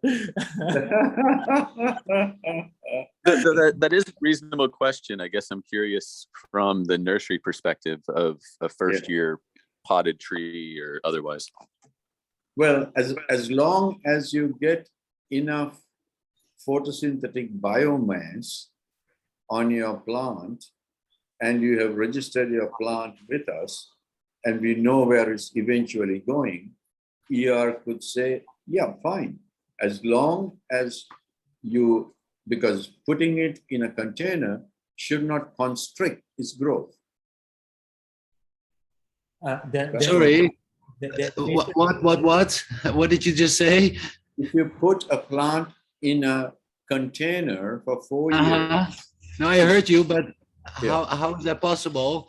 Like that's how you do a bonsai, right? You contain its container and it doesn't grow as much. It doesn't grow. So therefore, trees, to move them around in our system is not a very practical thing, and you won't get much support. And definitely it's not within the ethos of blockchain where, you know, Trees are moving around. Because remember, all of our trees are geotagged. So because it's geotagged, because at any time, anybody can check our stock. We know how much, there's nothing cryptic about this. It's a totally open system. Each unit is geotagged and can be checked at any time by anybody. So I had a question about this because you showed this image in the end of your presentation, Dejan, about the blue ring around the Earth, right? That you can see in outer space, hitting light and showing the different composition in the atmosphere there. Yeah. So is that thickness of the ring, does it grow if the amount of oxygen grows, like in the? Well, the thickness of the ring is maintained first by the troposphere at the bottom. That's where the oxygen is produced. And if enough oxygen is produced, then the gravitational force, basically, it can move higher and higher. If it gets into the stratosphere, that's when it becomes ozone. And then it protects the whole planet as a consequence. But all the production has to be done in the troposphere, where the photosynthesis goes on. The rest is the gases responding to gravity and planetary movement. So the reason why I'm asking is in this new economy we're designing, we're replacing a gold standard for an oxygen standard, basically, right? The gold standard, the gold standard is being replaced by primary ecosystem services, and what we use as a proxy for all that is the photosynthetic biomass, because that is the material that does the job. So that's the material that can be worth more or less than gold, because it produces wealth by its mere existence. Gold does not. Yes, exactly. So the nice thing here is that where we used to have to trust the bank that the amount of gold that they say was in the vault, right? In order to put paper against it. Yep. We now have a open vault. That's right. And you can't really steal it. That's the beauty of this vault. So you can leave the gold in the open because nobody is able to steal it in that sense. Right. And everybody can check how much there is. Exactly. But that's the thing where I think the digital world meets the physical world, right? How the blockchain can represent the true amount of value in the bank, in the common Yep, bank but- account. Yes, So that's what we Earth need restoration, as I understood from your previous presentations as well, Ranil, what Earth restoration does is it's securing a base level of a bank account, right? Of these primary ecosystem services, in which it becomes not harmful anymore to build your secondary or third services on top of, but it secures That will your happen. base bank account as a globe. And this really is the invitation for all of us to participate in. Thank you, Robin. For that. Okay. Yes, absolutely. We are neo farmers. We identify ourselves like that, but we are taking care of a huge wealth, and this wealth is not for us to amass, but it can be quantified. So all of us being this way, we can move into the future concerned about this, and we can have some sense of oversight and create some systematic change and really be strong within the premise of how we have derived these wealth. So today, this discourse and this discussion, this participation has been really vital. And I think it's been really a great formative discussion. Everybody's brought a lot to the table, and I'm so happy to identify with this capacity. So the Global Commons Exchange, Ranil, can I ask you something? Is there any other proxy that you can think of, which is capable to produce primary ecosystem services? Nothing, because I mean, we look at us, you know, the breath we take is as a consequence of photosynthesis, right? The oxygen that we take. The solid stuff in our bodies, the meat, the flesh, all this was also possible because it was made solid sometime by a plant somewhere. Then it went through biosynthesis, it went into animals and other animals, etc., and it came into us. So everything about us has begun through the primary ecosystem service process. So the unit metric, I think, is something that we really need to look into, and we need to be answerable by, and we need to start to design implementation through. And this goes into various ecosystems of design, coming into blockchain, to wealth systems, to improving farmlands and landscapes. If anyone else would wish to contribute to this discussion, please take the time right now. If not, we will start to wrap this up, and I will, as promised, move the minutes forward so that we can all respond. Curious question of details, which I'm sure we can go down many rabbit holes with. Being that I'm in a deciduous environment, so the trees are going to lose their leaves or are losing their leaves now, do you believe there's any means of counting leaf abscission nodes or otherwise being able to track on a tree which has already dropped its leaves for the season? I understand that it's weight of green leaves, but if I'm able to perhaps count these and then weigh individual leaves the following year, would that feel approximate? Or well, you've got the temperate species. We've been working in the tropics where we don't have such a marked leaf drop. However, in temperate species, you will find that the photosynthetic biomass is much, much more active and productive because they have to operate, they can operate in 14 hours of sunlight, which is their summer.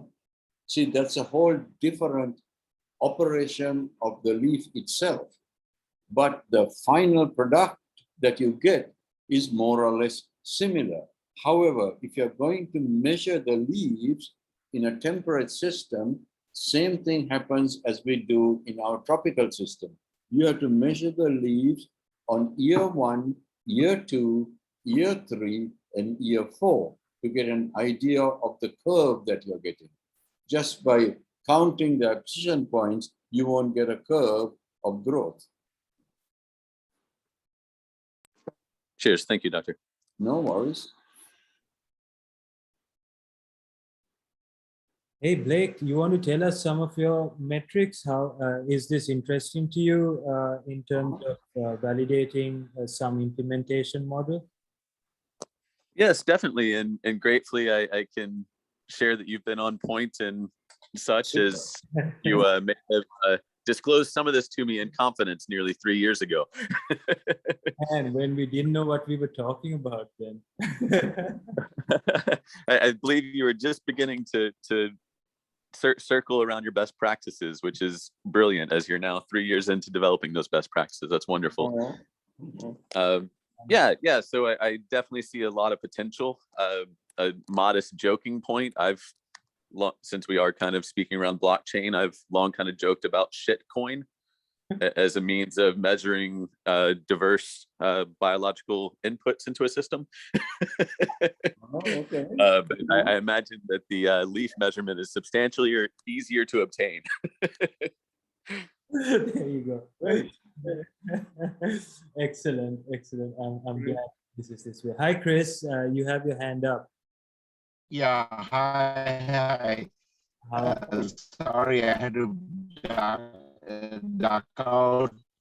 I'm back to you. Respect to existing initiatives that are going around the world with respect to growing forest and growing trees that are not necessarily initiatives that have started with the measurement, as Ronil has very scientifically quantified how to measure it and how to basically assess the contribution of PES to the global commons. What would happen to all of the conservation forests, and what are the opportunities globally for the conservation initiatives that many individuals and organizations and indeed governments have done with respect to preserving forests as well as growing trees, which has not been brought on board the global commons? Okay, I can respond to that. The thing, Chris, is that EarthRestoration is a company that's just starting up, and we want to change the world. That's a fact. The governments are already established and they have their programs, and the FAO and who knows, conservation, whoever. They got all their programs going on, but they have not got the capacity to register their plants and record them in the way that we have developed.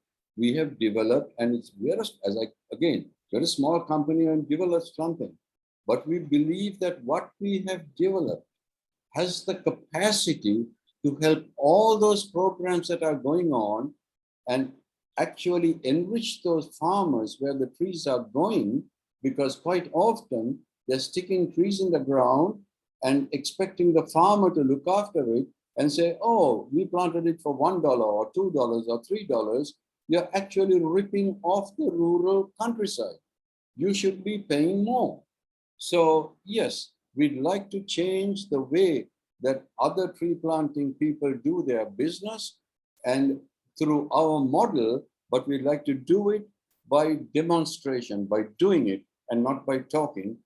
And that's why we're setting out here 3.5 years later. We have a model in the ground, we paid the people off, we got a minister to come and make the payments, etc. So now we are confident enough to come and say, we are a small company, but we got big plans, and that's where we're going. Yeah, I get it in terms of what EarthRestoration is doing. What I was going to say was in light of the bigger picture of the global commons exchange that will, as you said earlier on in your remarks, very early on in the meeting, where you'll be encouraging as many entities and individuals as possible to sort of get involved in coming out and developing different concepts relating to the PES and contribution to the global commons. My question was, like, there are not just the governments, but there are lots of individuals and private buying Amazon forest, and then there are little small individuals who are actually growing trees. And so is there a, maybe it's a earth restoration initiative, or maybe it's another initiative, I don't know, but something that enables people to have the metric to measure what they have already grown, which are trees that are beyond 4 years. So what would be, I mean, if you just think about it, we want the oxygen production to be there. So is that something that earth restoration will hopefully develop, so that people have a measurement tool set that they can measure for the mature trees beyond 4 years that is existing? Or is that something that you'll encourage people to develop? It's something that works. I think the short answer is it's something that works both ways. Definitely, we are interested in furthering our field application, as well as the broader reach of our landscapes and its productivity. We encourage also various entities, such as it could be the Living Leaf Foundation or Rich Relief or DALO, to study species. Now, in terms of conservation forestry, the best that I can answer you in this is in this sense, where the processes of a forest are identified in its succession, and therefore a young tree is vastly more valuable in the context of conservation going into thousands of years. There has to be a young tree that's regenerating itself into this landscape. So the opportunity to integrate the earth restoration system into conservation forestry is open, and it is open sourced. So it is in the best interest, yes, if people are applied enough, there is enough opportunity to add to this species database. And this species database should feed into our forum, the Global Commons Exchange, as the algorithms build up and forests and conservations and new forests and farmlands are designed using units. So I see the capacity, and sure, why not? So that's how I would answer you. Okay, good. Just because a long time ago, many years ago, I think I shared with Ranil university studies in France that they have done a lot of the sort of leaf count and oxygen assessments of different type of tree species in Europe. So there are many different initiatives, not necessarily focused on in identifying their contribution to global commons, but for different reasons, people have been making different assessments of these sort of primary ecosystem services, but they haven't really articulated it and focused on, which is a that none have sort of, the penny had dropped with them, even though they've done some work. So I mean, and if you think about it, the world space is so huge that you would need a devolved system in your earth restoration strategy that will enable as many people to do that assessment of the contribution. So the better set of tools and metrics that you can provide, there'll be a huge scientific community out there, botanists and arborists out there who can actually join in and do something. So I'm just only merely saying that, you know, you got to rope in the arborists out there to do this at scale, because earth restoration will be able to do some of it, but taking it at scale, you'll need probably multiple players, right? For sure. So this is absolutely true. And this is the responsibility of all of us to invite them into this discourse and these dialogues. And I think it is a consensus in this state, in this sense, that we must make an agenda for meeting again. And maybe bringing in at least 2 or 3 participants who we have who we can connect to at this level. It can be scientists, it can be business entrepreneurs, it can be IT developers, or it can be near farmers, foresters. I think this is an interesting dialogue, and it's become that way. And Chris, you have opened this door out to actually where we were going to, inviting participation. So we have the responsibility to do that, and I will mention that in a subsequent email. Please let this conversation continue. Ranu, Dorian, folks, Andrew, hopefully quiet out there. Dorian, a quick answer to your question is what happens when the stratosphere O2 levels drop? What happens is a hole appears in the ozone layer. As the oxygen gets lower and lower coming up from the troposphere, the ozone cannot be maintained up in the stratosphere, and we get a giant hole there, and ultraviolet radiation will come down. This sounds like almost species level extinction kind of things, or we have to I all know, live man. indoors, or we, these are big stories. You should be looking at this shit. I know. Damn. Okay. Well, let's make a noise. Then people will start looking. We already had an experience on the topic, right? Where we found out about holes in our ozone layer and the global action it required to start restoring them. So there is some that was because of a chemical. Yeah, that was because of a chemical. This is, if it happens, is because the oxygen levels will keep dropping. At the moment, oxygen levels, we've got a huge stock around the planet. We've got a huge stock, but we are eating into it. And now with the rocketry, it's getting worse. We're just burning it up. And there's no more replacement. And we're cutting the trees down. We are making the oceans acid. So the oxygen production is starting to go down, and we can't balance what we're using. And it will come to a stage now. One time, the ocean was fine.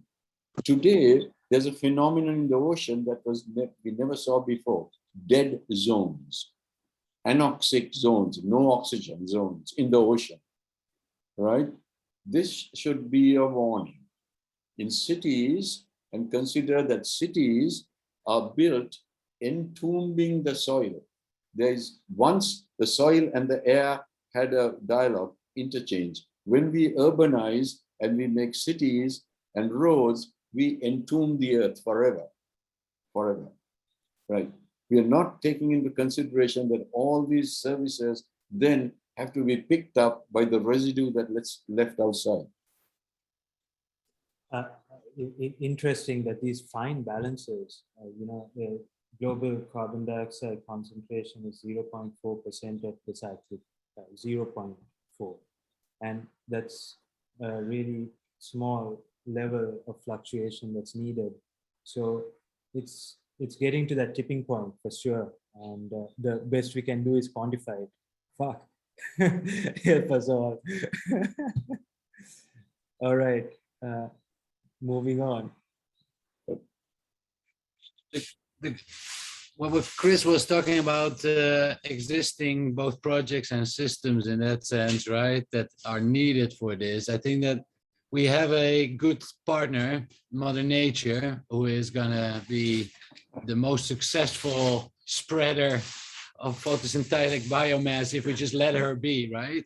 So we're really talking about our man-made contributions to this already in incredible force. And I guess that, like I tried to visualize it in my brain earlier, right? There's two layers: the base layer, in which is just needed for this planet to function in the first place, which I think Mother Nature is the biggest contributor to. And then we have our human layer that we can, and this one should not eat in that one, which is doing, right? So we need to help restore this one, and then we can start adding a new bank account of savings in which we can, I don't know, make our life, right? Whatever secondary or third system function we want to design with it.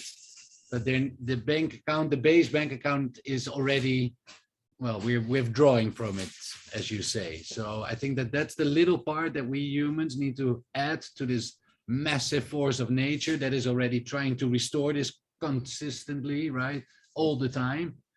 And as long as we got our markers of which tree is planted when, I think that is the most important thing, right? Because when the graphs come in later, those will be quantifiable as well. So instead of trying to quantify what Mother Nature did, I think it's good to really focus on every tree we add from now on, because those are the ones we can really claim, so to say, as this is our contribution next to what Mother Nature did. Yeah, it is true. But one thing we have to understand is that we are a part of nature. We are not separate from nature. You know, what we do and our works are not separate. We are a part, we are living, breathing things. We are a part of the system. And that is what we have forgotten. That's what everybody forgets. I mean, take a breath.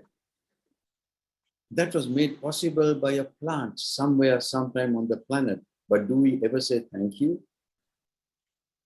I mean, look, we have abstracted ourselves so much from who and what we really are. It's very frightening. With Carl Jung, those who know nothing about nature are of course neurotic because they are not adapted to reality. That's what's happened to humanity right now. With our little motions, if we can get people thinking, hey, we've done a lot. Good one, Ronald. Yeah, I think we have to fight our fights, and I think that it's very important to have like what we have to contribute with the world and the small plants, but also I think it's very important the people that live in Latin America, for example, if we lost our big trees or ancestral trees, we all are going to die. So let's see how can these come together, and maybe we can like make like let's keep this ball rolling, and I think we will go to that point.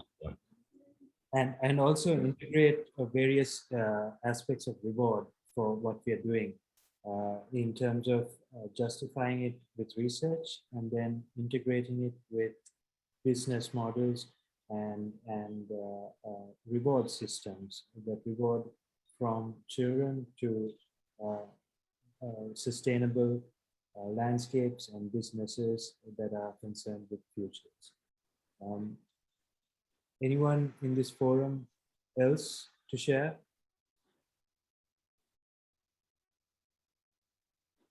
Chris. I have a question towards Elzian Agro. Go ahead, Robin. Do you guys know the application of iTree? iTree. Yes. It's a GIS-based data mapping system. Sorry, Yeah. We're looking into here to apply for a fund to develop our own iTree because it's all US based and its real power is in the US, right? Because it needs user input. So there already municipalities deliver user input. And so here in Costa Rica, there is one municipality of San Jose, the center, that uses iTree or started using iTree to map their parks. So they do the data recording of the trees in their parks into iTree, giving them a continuous metric flow. So I said, well, why don't we build our own? Because this is really basic. The thing you're using is not complicated, right? That's basically feeding an Excel sheet via your phone. So the real power is in the complicated layers underneath it, right? Where you need to start your GIS and your coding. But I have the feeling that that is exactly your cup of tea. So is it possible to develop our own iTree app for earth restoration? Because that gives everybody the opportunity to start contributing. Every tree literally you run next to, right? You can start mapping. There's this tree here, right? You can start to add in other features slowly but steady once you identifying tools become more sophisticated, right? Whether it's species or age or those kind of things, right? Or canopy density already and those. But we need millions of people ideally to help us tell which tree is where, right? And that it's still alive. Definitely, we can develop that particular application using the mobile phone, because the mobile phone has that GPS tracking system. So when the user go to that particular tree and take a photograph of the tree, so using the image processing system, we can detect what is the kind of tree, and using the GPS location, we can direct from which location the particular tree is there. So the all the things we can develop it as a particular mobile application, and we can put it in a Play Store. So everyone, the person who like to contribute to us, they can download the particular mobile application, and they can use to it. And when they use to it, the data will be added to the cloud storage. So we can do the analysis part, and we can implement the system easily. Yes. Amazing. We've also been directing some research towards stratification of canopy layers under certain key species. So this can be derived of a physiognomic form. There are various integrations that we're talking of at Beripola, and I'm happy to discuss some of these options. Robin, if you have some kind of development plan for how you want to sequence something, but I think this can all come out of an establishment of the Global Commons Exchange Forum, where we're concerned with certain scientific premises, and the whole world can participate in this process. And so it's really, I think this is great formative work. What do you say, Ranil? Yes, of course, why not? Yeah. Actually.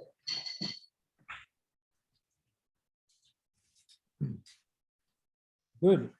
Any more questions?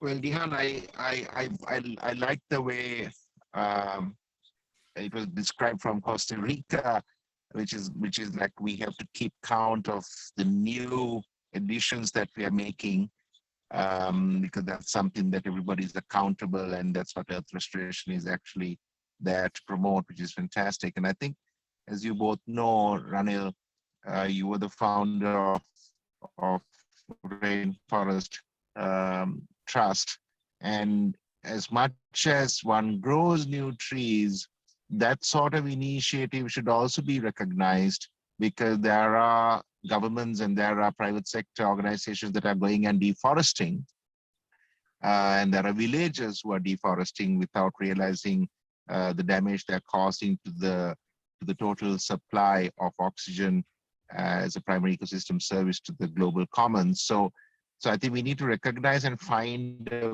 way for Earth Restoration to put a value for people who are going and preventing deforestation and actually preserving and protecting trees or forests and ecosystems. So please give some thought to that as well.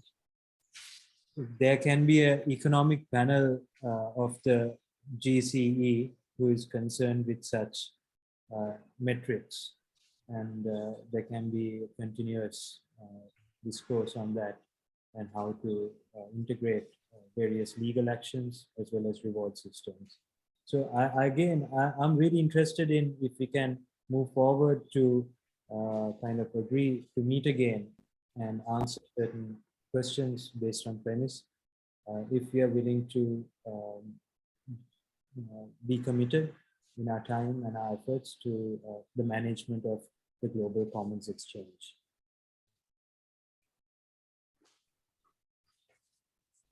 Yes, I see. Yes. Excellent. People are quiet. I know it's overwhelming, man. Y'all are bankers now. What can I say?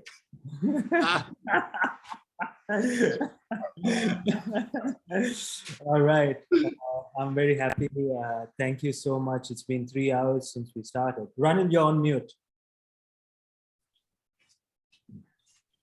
One other thing I'd like to share for the group is that what we are doing, this whole question of primary ecosystem services and the creation of oxygen has been recognized by the Sri Lankan Parliament. It was announced in the Parliament also. So we have a government also who's come out and seen the value of it. So, you know, we are moving. Your own representation can lead that lobby in your Yeah. countries, and your representative network node will have this historical backing. Let's work together, man. Let's get this shown. Yeah. Yeah. Okay. I think it's been 3 hours since, so I'm kind of hacked out. If anyone wants to contribute to this and take this on, you're more than welcome. If not, we can kind of adjourn and really brainstorm and plan ahead. Okay, thank you very much. We'll wait for the minutes. And if anybody has questions, let them put them in. And let's begin networking everybody by email, and all the questions and the answers will go to everybody. So we'll all share. Go ahead, Robin. In that sense, growing a network of people, let's be proactive, right? We have had the first experience now of having a meeting from 3, 4, go to 9, 11, 12 at some point, right? So for new people to join in, it's great if there's like a running working document as so it's easy for people to tap into new meetings once we bring them along. I don't know exactly how that looks, at least to think about. Is an online login system where we can register the best date for us to meet. We can do that. And then the second is that the minutes are shared on a Google document that has a track record, so that we are all tracking each other's contributions to this. And I know that we all have various expertise, so I'll segment kind of where the GCE needs to be in an outline, and we all just respond to saying, I'm in this ecosystem or I'm in this ecosystem. And let's see how we can Robin Hood and bring value to this green economy. Great. All right. Thank you. Thank you very much. Thank you very much. Thank you all. Thank you, everyone. Thank you. Thank you. Good luck with everything. Everyone. Breathe deep. Thank you. Exactly. See you soon.